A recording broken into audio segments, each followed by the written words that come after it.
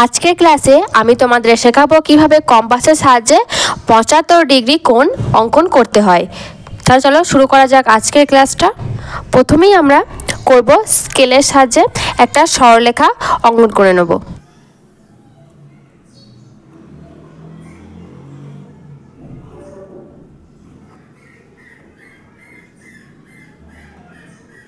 সরলরেখা তো আমাদের অঙ্কন করা হয়ে গেল।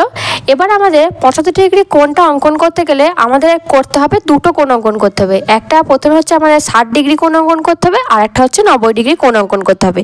আমি তোমাদের দেখিয়েছি কীভাবে কম্পাসের সাহায্যে 60 ডিগ্রি 90 ডিগ্রি কোণ অঙ্কন করতে হয়। সেই একই নিয়মে আমরা প্রথমে 60 ডিগ্রি আর 90 ডিগ্রি কোণটা অঙ্কন করব।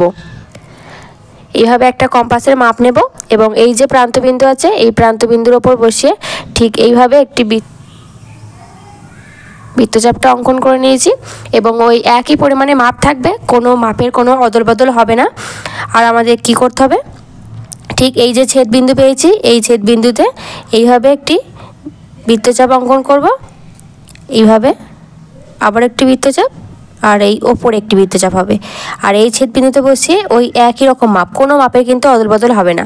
দেখো আমরা এখানে দুটো কোণ পেয়ে গেছি, এইটা জানি আমরা 60 ডিগ্রি কোণ আর এটা হচ্ছে 90 ডিগ্রি কোণ। তাহলে এটা আমাদের 60 ডিগ্রি কোণ। 60 ডিগ্রি কোণটাকে আমরা অঙ্কন করি।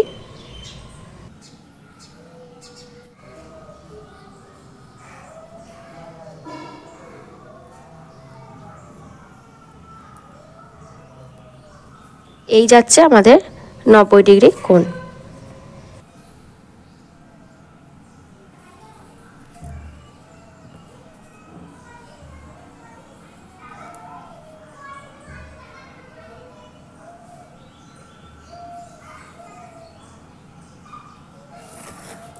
এবার দেখো 60 ডিগ্রি আর 90 ডিগ্রি কোণ আমরা অঙ্কন করে নিয়েছি।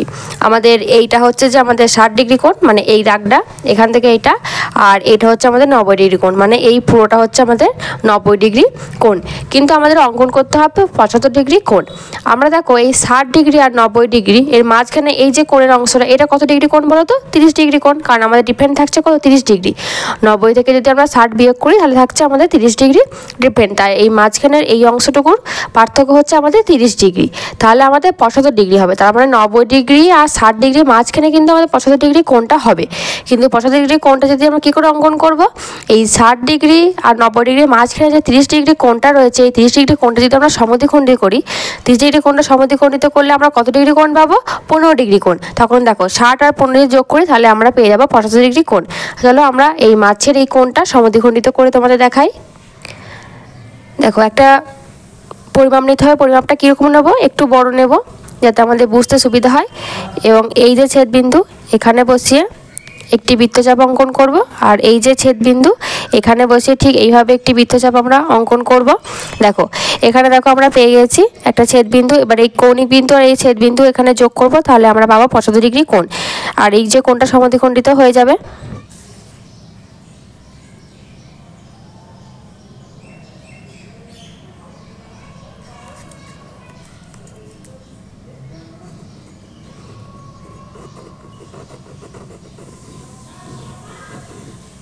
তাহলে দেখো এই যে কোণটা পেলাম এটা সমদ্বিখণ্ডিত করে এটাই হচ্ছে আমাদের 75 ডিগ্রি কোণ, মানে এখান থেকে এতটা এই পুরো কোণটা আমাদের কত ডিগ্রি কোণ হচ্ছে? 75 ডিগ্রি কোণ।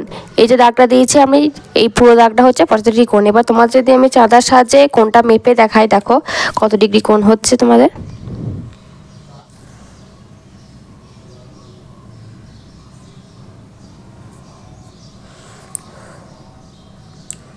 দেখো 75 ডিগ্রি কোণই হয়েছে, একটু সামান্য এদিকে চলে গেছে, যেটা আমি যদি পেনের সাহায্যে এঁকেছি বলে এটা হয়েছে। নিশ্চয়ই বুঝতে পেরেছো যে কম্পাস সাহায্যে কীভাবে 75 ডিগ্রি কোণটা অঙ্কন করতে হয়। এরপরে আমি তোমাদেরকে কোন কোনটা অঙ্কন করে দেখাবো কম্পাস সাহায্যে, সেটা অবশ্যই তোমরা আমাকে কমেন্টে জানিও।